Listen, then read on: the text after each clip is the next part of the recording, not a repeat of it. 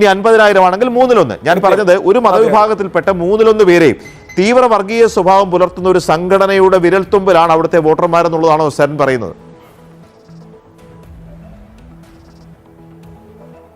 വോട്ടർമാരെ വില കുറയ്ക്കുകയല്ല ചെയ്തത്, പക്ഷെ വോട്ടർമാർ അതിൽ വീണുപോയി എന്നുള്ളത് ഒരു സത്യമാണ്. അവസാന നിമിഷങ്ങളിൽ ജയിക്കേണ്ടുന്നതിന്റെ ഫോർമുലകൾ ഇങ്ങനെയൊക്കെ തന്നെ മതി. BJP പേടിയാണ് ഇതിന് കാരണം. നോക്കൂ, ഞാൻ ഒരു സ്റ്റേറ്റ്മെന്റ് PGയുടെ അറിവിലേക്കായി പറയുകയാണ്. ഇവിടെ SDPI വളരുന്നത് എങ്ങനെയാ? BJPയെ ചാരിയാണ്, സംഘപരിവാരത്തെ ചാരിയാണ്. അതായത് അവരെ പറഞ്ഞാലാണ് ഇവിടെ വളർച്ച ഉണ്ടാവുക. BJP കേരളത്തിൽ വളരുന്നത് എങ്ങനെയാ?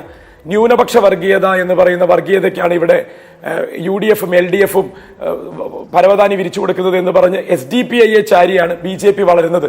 ഞാൻ പറയുന്നു PG, ഇതിനെ രണ്ടിനെയും ഒരേപോലെ ചാരി നേടിയ രാഷ്ട്രീയത്തിലെ അപകടം പിടിച്ച വിജയ ഫോർമുലയാണ് പാലക്കാട് കോൺഗ്രസ് ഉണ്ടാക്കിയെടുത്തിരിക്കുന്നത്. ഒരേ സമയം SDPIയെ ചാരിയും അതായത് താങ്കൾ പറഞ്ഞത് അത് ഇഷ്ടപ്പെടുന്നില്ലെങ്കിൽ പോലും അതിലെ നിർണായക വോട്ടുകളെ സ്വാധീനിക്കുന്ന ഒരു വിജയ ഫോർമുലയിലേക്ക് അവർ പോയി എന്നുള്ളതാണ്. പക്ഷെ എന്റെ സംശയം സരൻ, ഈ BJP പേടി കൊണ്ട് മുസ്ലിം വോട്ടുകളെ SDPI സ്വാധീനിക്കുന്ന അപകടകരമായ വിജയ ഫോർമുല എന്ന് പറഞ്ഞാൽ 2021 ഈ ശ്രീധരൻ വിജയിക്കാൻ കഴിയുന്ന ഒരു അവസ്ഥയിലേക്ക് എത്തിയപ്പോൾ ആ മണ്ഡലത്തിലെ മുസ്ലിം മതവിഭാഗത്തിൽപ്പെട്ടവരുടെ 99% വോട്ടുകളും അന്ന് ഷാഫി പറമ്പിലല്ലേ കിട്ടിയത്? തർക്കമുണ്ടോ സരന്?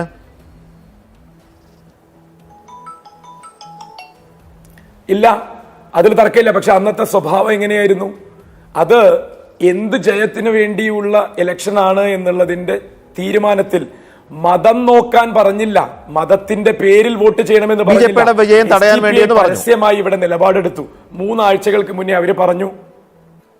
അതെ, വളരെ കൃത്യമായി അവർ പറഞ്ഞല്ലോ, ഇവിടെ ഇടതുപക്ഷം ജയിക്കരുത്. SDPIക്ക് എന്താ വേണ്ടത്?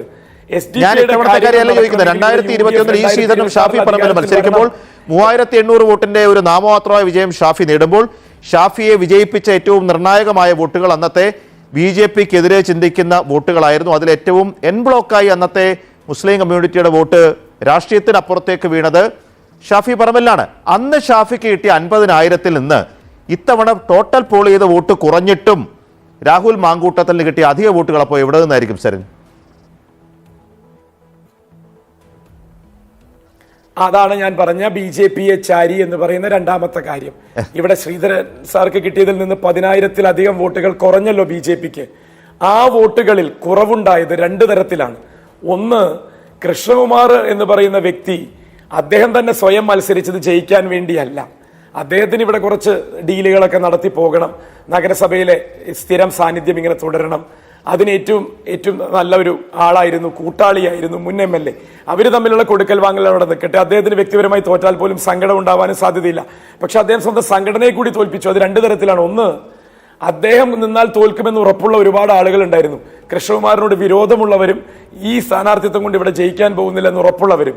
അവരാ വോട്ട് വളരെ കൃത്യമായി പാക്ക് ചെയ്ത് എത്തിച്ചത് കോൺഗ്രസിലേക്കാണ്. ഇവിടുത്തെ BJPയുടെ നഗരസഭാ കൗൺസിലർമാരും അവരുടെ ഒരു പക്ഷേ വലയത്തിൽ നിൽക്കുന്നവരും അവരുടെ സ്വാധീന വലയത്തിൽ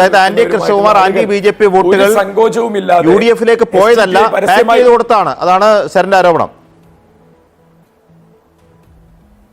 അതിലൊരു തർക്കമില്ലെന്നേ. കാരണം ഞാനതാ പറയുന്നത്, ഇവിടെ ഒരു കാരണവശാലും ഇടതുപക്ഷം ജയിക്കരുത് എന്നും 2026-ൽ ഇടതുപക്ഷത്തിന് തടയിടണമെങ്കിൽ പാലക്കാട് ഇടതുപക്ഷം ഉണ്ടാക്കിയെടുത്തിരിക്കുന്ന ഈ ഒരു അഡ്വാൻറ്റേജിനെ തകർത്ത് തരിപ്പണമാക്കുന്ന റിസൾട്ട് വരണമെന്നും നിർബന്ധ ബുദ്ധിയുള്ള 2 പേരും കോൺഗ്രസും BJPയുമാണല്ലോ. ശരി, BJPക്ക് അത് വളരെ കൃത്യമായി ഒരു പക്ഷേ ഞാനതാ പറയുന്നത്, BJPയുടെ സംസ്ഥാന പ്രസിഡന്റ് അതിനൊരു മറപിടിച്ചു എന്നേ ഉള്ളൂ.